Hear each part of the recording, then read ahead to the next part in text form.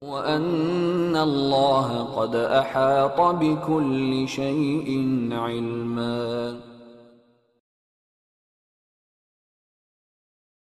Ini bab bai'at.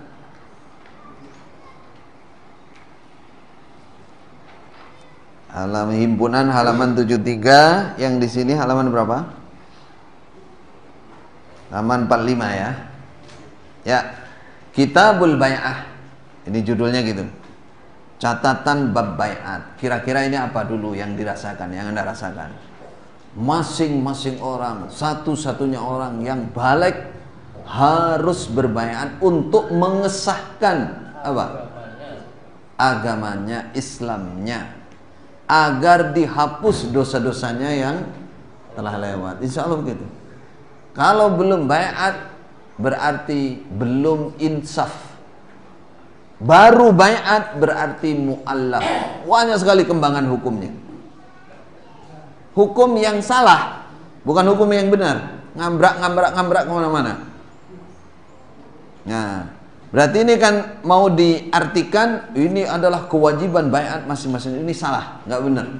Satu ayatnya, innal ladzina yubayyi'unaka innama yubayyi'unallah yadullah fawqa aydihim wa man nakatha fa innama yankuthu ala nafsihi wa man awfa bi ahdihi fa yu'ti ajran 'azima. Kesimpulannya gini, orang yang bai'at kepada kamu Muhammad sama dengan bai'at kepada Allah, tangan Allah ada di atas tangan mereka. Pertama, perhatikan, ini kalam khobar.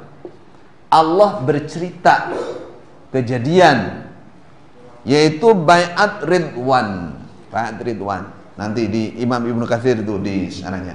Wa hadhil bai'ah hiya bai'atur ridwan. Sampai tulis, ini Allah bercerita tentang orang-orang yang berbai'at kepada Nabi yang dinamai bai'at ridwan. Di mana itu? Di bawah pohon. Di bawah pohon Samurah Klampis di kawasan Hudaybiyah. Waktu itu jumlah sahabat 1.300 atau 1.400 atau 1.500. Riwayatnya berbeda-beda. Nih, jadi Allah bercerita.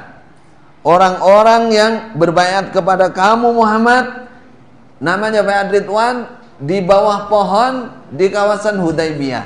Isinya apa? Perang melawan orang Mekah sampai mati. Cerita gitu loh. Allah menceritakan, tidak ada di sini perintah wajib berbaiat. Mana? Ini kalam khobar. Ini kalam menunjukkan bahwa orang-orang tersebut adalah orang-orang yang istimewa, pemberani. Orang hanya sedikit nggak bawa senjata mau melawan orang Mekah.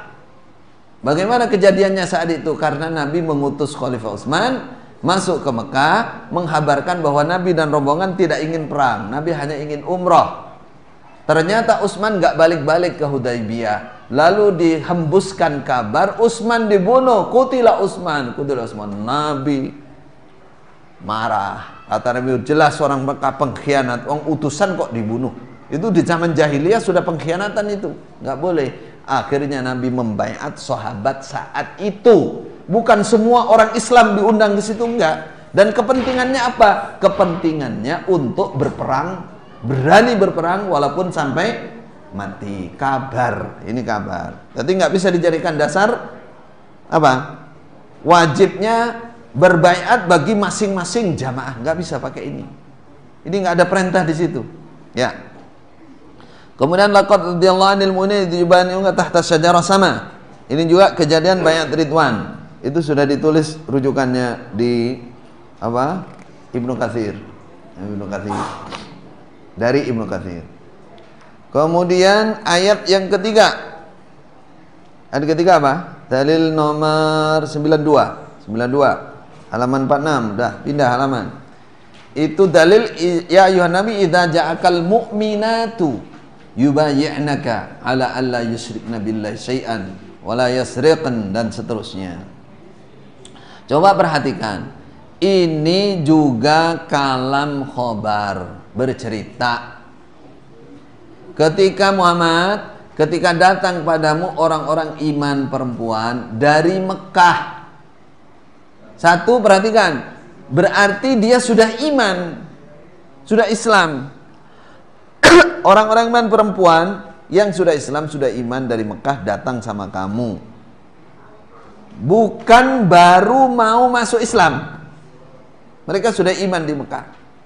Terus yubayyi'naka ala alla yusyrikna billah, mereka berbaiat padamu, satu, tidak syirik, dua, tidak mencuri, tiga, tidak zina, empat, tidak membunuh anak hidup-hidup, lima, tidak berdusta, ya. Enam, tidak menentang kamu. Enam, isi baiat ini kalau mereka setuju mau, fabayi'hunna, baiatlah mereka. Wastaghfir lahunnallah, mintakanlah ampun. Ini satu kalam khabar, cerita tentang wanita, bukan perintah baiat kepada masing-masing orang Islam, bukan. Yang kedua, ini yang berbaiat adalah orang yang sudah iman, wanita yang sudah iman. Apa isi baiatnya? 6. Bukan bayak tuka, bapak saya angkat jadi imam saya, imam jamaah misalkan, enggak, kayak gitu. Ini adalah kondisi-kondisi tertentu. Kenapa wanita-wanita ini dibaiat? Biar kuat. Dia ada janji khusus dengan Nabi. Biar dia tidak balik ke Mekah lagi. Dia tidak melakukan hal-hal yang dilarang dalam Islam. Itu. Alas? Nah. Begitu juga hadis-hadis berikutnya. Hadis-hadis berikutnya yaitu tentang, ini sekedar Malaysia. Ini semua ya, saya baca judulnya. Kaifa yubayyul Imam An-Nas. Hadis 93 sampai 9 berapa itu? Sampai 95. Sampai 93 sampai 95 ini juga sama.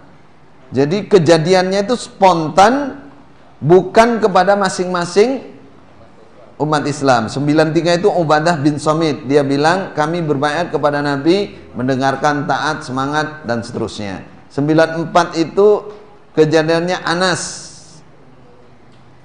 di waktu perang Khandaq, itu juga malah itu nahnul ladzina baya'u Muhammadan 'alal jihadi ma baqina abada, nyanyian. Mereka berbangga, kamilah yang berbaiat kepada Nabi, berjanji kepada Nabi untuk netepi perang. Itu semangat. Tidak ada di situ perintah perang kepada masing-masing orang, nggak ada. Yang saya maksud, selama ini kan keyakinannya harus berbaiat masing-masing orang. Harus madep, menghadap, atau diwakilkan. Ini semua hadis-hadis ini tidak mengisyaratkan itu. Tidak bermakna harus orang-orang satu-satunya orang berbaiat seperti itu, enggak. Karena ini kejadian-kejadian tertentu di waktu diperlukan.